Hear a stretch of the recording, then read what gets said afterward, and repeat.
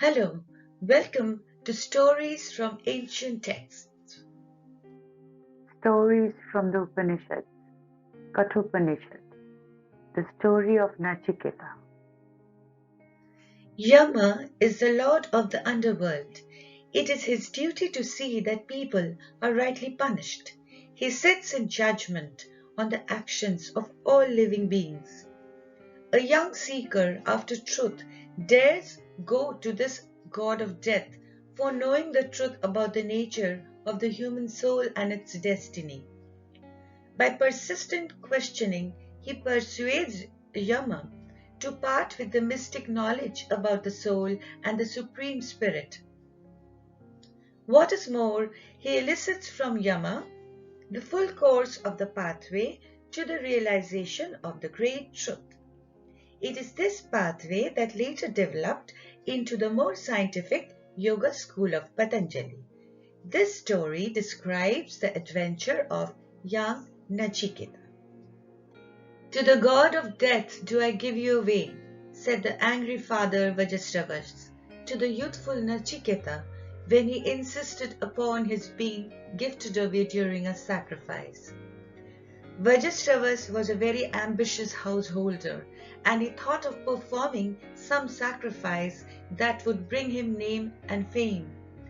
Of the many sacrifices that were current in those days, Vishwajit, that which conquers the world, was one.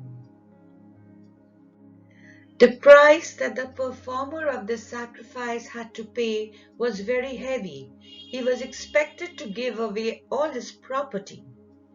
Vajastravas decided upon performing this sacrifice rather than any other and gave away all his property to the Brahmins.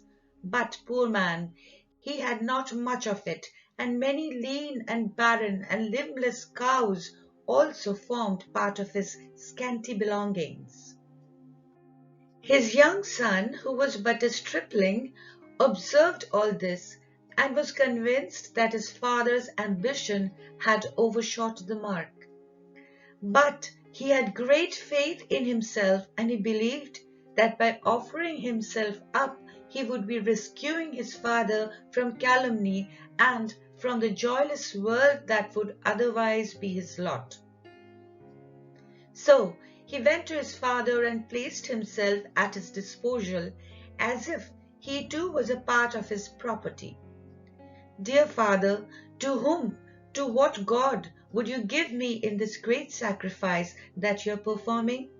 said the son in simple faith. His father did not heed the request. He was not in a mood to treat his son as chattel. He was preoccupied with other details of the sacrifice, but his son Nachiketa was persistent. He repeated his question. Still the father cared not. Then he repeated the question for the third time. The father was angry at the impertinence of the child and said in a huff, "Go thou, to the god of death do I give thee away. Pester me not any further." Young Nachiketa wondered at this strange reply from his father. He knew that his father had blurted out in this manner in a fit of temper. He felt that he himself was not in the wrong, and yet his father had chosen to be angry. He was conscious that he was not below the mark compared to other boys, but he wondered as to how he would be useful to Yama if he went to him. He consoled himself by saying that like the grain a man ripens, and like the grain he falls to the ground, and then again he is reborn. And so it may happen with himself if he went to Yama, he thought. True to his word and true to the angry command of his father, Nachiketa went to the Lord of Death. Yama was absent from his home, which was at the gate of the worlds. He waited at Yama's door for 3 long days without food. When Yama returned, he was surprised to see a young Brahmin fasting on his doorstep. He knew that a fasting Brahmin at his door boded no good to himself, the owner of the house.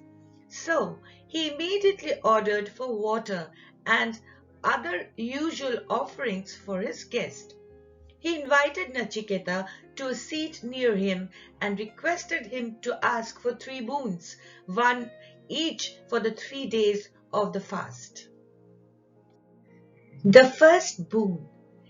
His father's specification was Nachiketa's first consideration. So he said to the Lord of Death, "Grateful beyond measure am I, great God, for the boons that you have offered. Let my father feel like one whose will is done. Let him be of good cheer, and let his anger be pacified. Let him welcome me as before when I return from you. Let this be the first of the boons." Lord Yama immediately said, "This will happen. Your father will be pleased to see you returning from the very jaws of death. He will sleep in peace, having overcome all anger." The second boon. While asking for the second boon, Nachiketa said, "I learn that there is no fear in heaven, nor are you who destroy life to be found there. Nor does old age afflict people in that happy place. Free from the pangs of hunger and thirst, and being above sorrow, people enjoy life there without any let or hindrance. I am full of faith, and I deserve to know that world. Therefore, O Yama, give me that knowledge. This I ask of you as the second boon." Yama was very much pleased with Nachiketa's question. He gave him the full knowledge of a certain sacrifice. He taught him how to perform that sacrifice correctly and told him that the one who performs that sacrifice would go to heaven and enjoy life there. He further told him that that particular yajna or sacrifice would from then onwards be known in the world by Nachiketa's name. The fire used in that sacrifice would also be named after him. After imparting this knowledge to him, Yama called upon him to ask for the third and the last boon. The third boon. When a man dies, some say he lives after death, while others say he does not. This is yet a matter which is undecided and which is much discussed. I would like to learn definitely from you the truth about the matter. This is the third boon I ask for, said Nachiketa naively. Yama was not a little disconcerted at this great question from the young questioner. He tried to dissuade Nachiketa from asking for knowledge so difficult, but he failed to do so. "Young seeker, why not choose some other boon? Even the gods have not come to a decision on this point. Nor is it easy to understand this subject. It is too subtle a matter. Please relieve me of the burden of answering this difficult question." "Why press me hard?" pleaded Yamaraj. Nachiketa insisted. "Rightly said, Lord Yama. If what you say is true, who else is there so competent as you to solve this problem?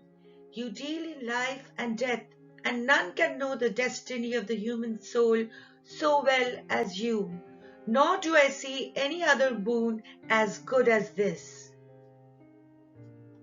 Yama tried again to tempt him out of the great question by offering other gifts, but the young man persisted. "Ask for sons and grandsons that would live the full span of 100 years. Ask for numerous cattle, elephants, horses, and gold. Ask for ample land, and you may even ask for life that may last as long as you desire. You may ask for any other boon that you deem equal to this. You may rule this world as long as you desire, and I shall give you the power to enjoy all possible pleasures on earth. You are free to ask me frankly for the fulfillment of all desires that are difficult to fulfill in the world of mortals. These beautiful damsels with chariots and musical instruments going about here are hardly ever seen by men. But at my behest they will all attend to you and serve you. But do not, for God's sake, ask me anything about life after death, said Yama. This offer was a fresh temptation in the way of Nachiketa, but he was firm of mind. He therefore brushed aside this temptation and said, "You, destroyer of all things, are not all these that you mentioned but temporary ephemeral things living but for a day? Do they not corrupt and enfeeble the senses? This life, after all, is but a brief one, and therefore I shall have none of these things that you so generously offer. These chariots, these dancing girls, I leave to you. Not by wealth or pleasure alone is the human soul satisfied. I do not wish to concern myself with all those things. It is that knowledge alone that is worth begging from you. What fool of a man would indulge in mere dance and song, and wish to live long merely like an animal, when once he has known the true nature of life, and when once he has come in touch with you, who have never become old and who are immortal? Therefore, O Yamaraj, tell me about that life after death, about which even the gods are still in doubt. I shall not choose any boon other than this, the solution of the mystery of mysteries." When Yama found that his disciple was taking everything on this question, he became helpless. Yet he was pleased. He saw that young Nachiketa deserved to know the highest truth. He had faith, sincerity, purity, simplicity of mind, tenacity of purpose, freedom from temptations, and above all, an intense desire to know the truth and realize it in his own life. Shreya and Preya. Yama said, "Dear and wise child, two paths always lie open before a man, the path of Shreya or of good deeds, and the path of Preya or of pleasure. He who follows the former achieves the goal, while he who follows the latter perishes. The wise always choose the right path, the path of Shreya. You have spurned the path of pleasure and have chosen that which brings permanent good to you. Pleasures could not tempt you.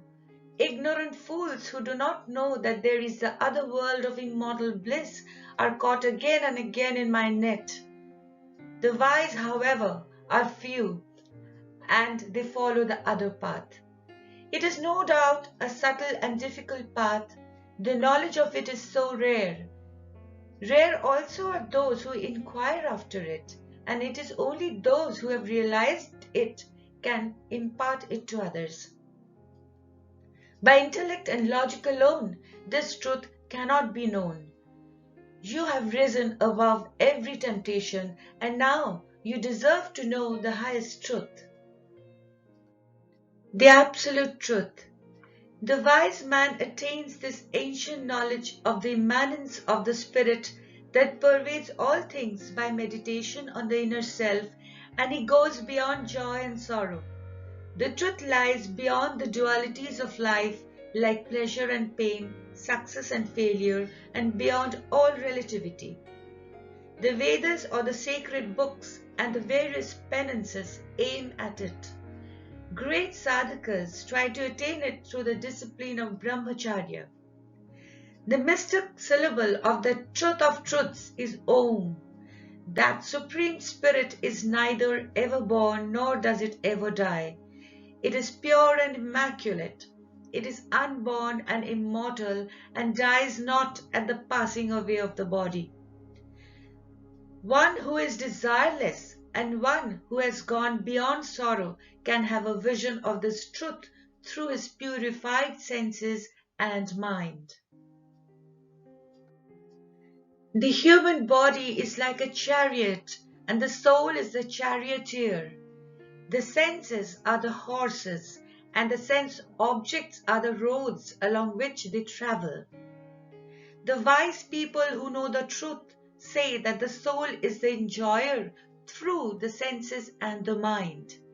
An unrestrained mind without understanding cannot control the senses, which would then be like uncontrolled horses. A restrained mind with good understanding can control the senses like a good charioteer who keeps his horses well in hand. An unrestrained mind cannot concentrate and cannot keep itself pure, cannot attain the goal. One with an unrestrained mind would be caught up in the cycle of birth and death.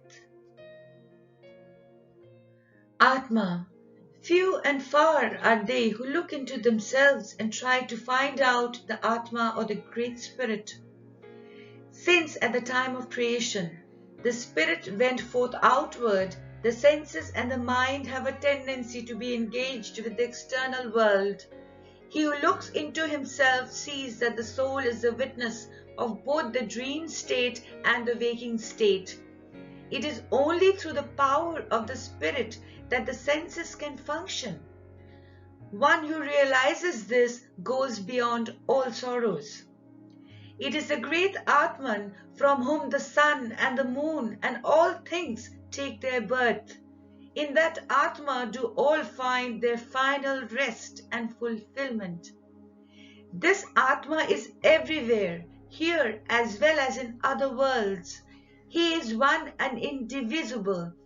He who sees more than one here goes from death to death. One who realizes the unitary life integrally is saved and he becomes immortal.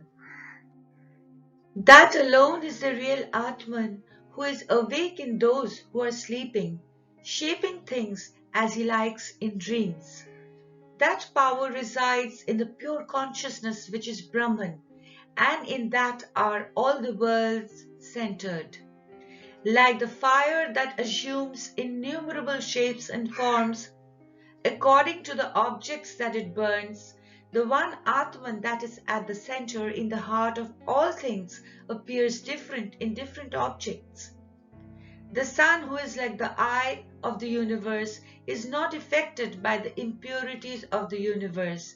So too the inner Atman stands unaffected by the sins and the sorrows of the world.